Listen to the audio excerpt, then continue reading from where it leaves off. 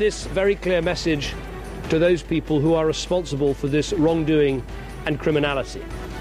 You will feel the full force of the law. And if you are old enough to commit these crimes, you are old enough to face the punishments. And to these people, I would say this: you are not only wrecking the lives of others, you're not only wrecking your own communities, you are potentially wrecking your own life too. Okay, thank you so much, Simon. Maybe you can cross now to Mark Cambridge. He's a senior lecturer of criminology at the University of Westminster in the UK. Hello, Mark, are you online? Hello. Yes, this is Kamaru from Kuala Lumpur. Hello. Yes. How is the situation around your area and your circle of family and friends regarding the rioting that's been happening for the last 3 nights in London and other cities in UK? The situation, I think, is ever-changing. It's developing all of the time.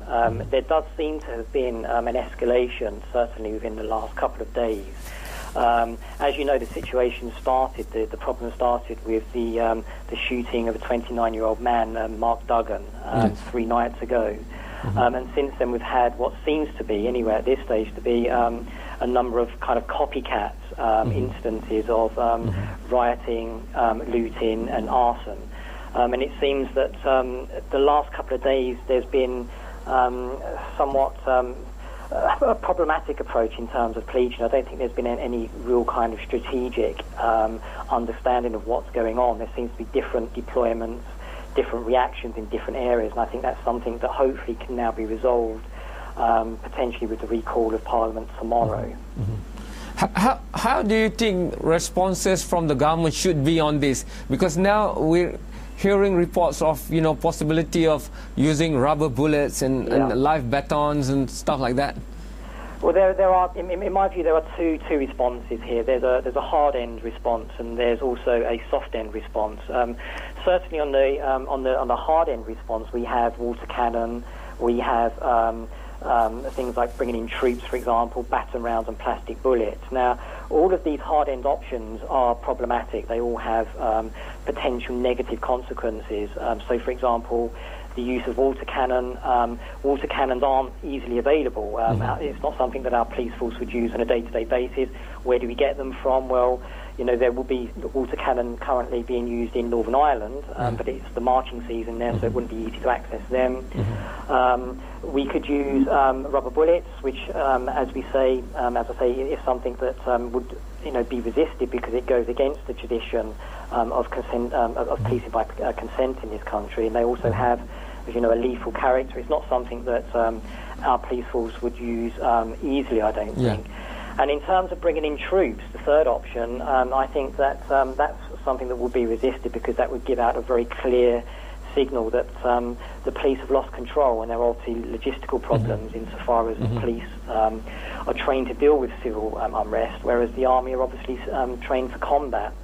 So on one hand we have the hard end options, on the other hand we have soft end options, which would be my favourite response, and this would be a range of things that could be done in terms of appealing to the local community leaders to call for calm.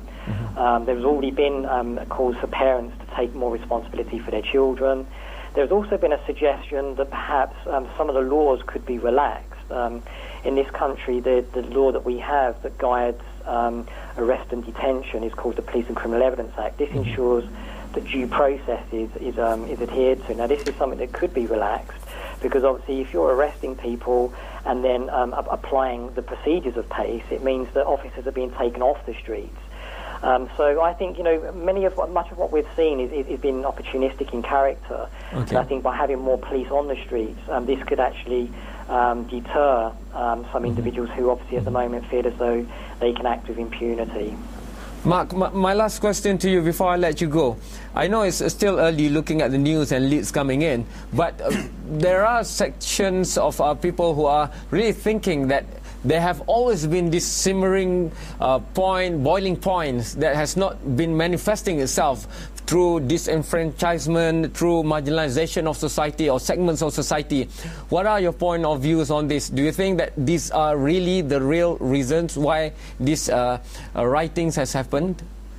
Well, I think it's too early to say. I think it's too early to say at this stage. There will be an IPCC inquiry. There is also going to be an investigation into the riots that happened in Tottenham. I think it's too early to say, but certainly, there is something that underlies this, and I think that the suggestion that this is mindless is something that ought to be certainly avoided and resisted, because to suggest that it's mindless, I think that it detracts from the level of organisation that's gone into this. I mean, there have been reports that Twitter and Facebook and other social media have been used. Yeah. And this is something that is of a new character in urban disorders. Okay. And I think that this kind of action is something that is symbolic of the late modern social malaise that many of our young people are feeling. Mm-hmm. Thank you so much, Mark, for spending time. We hope you'll be safe and your families and friends also be safe. We'll be calling you again maybe tomorrow night to follow up on what's been happening. Thank you so much. Thank you. Okay, bye-bye.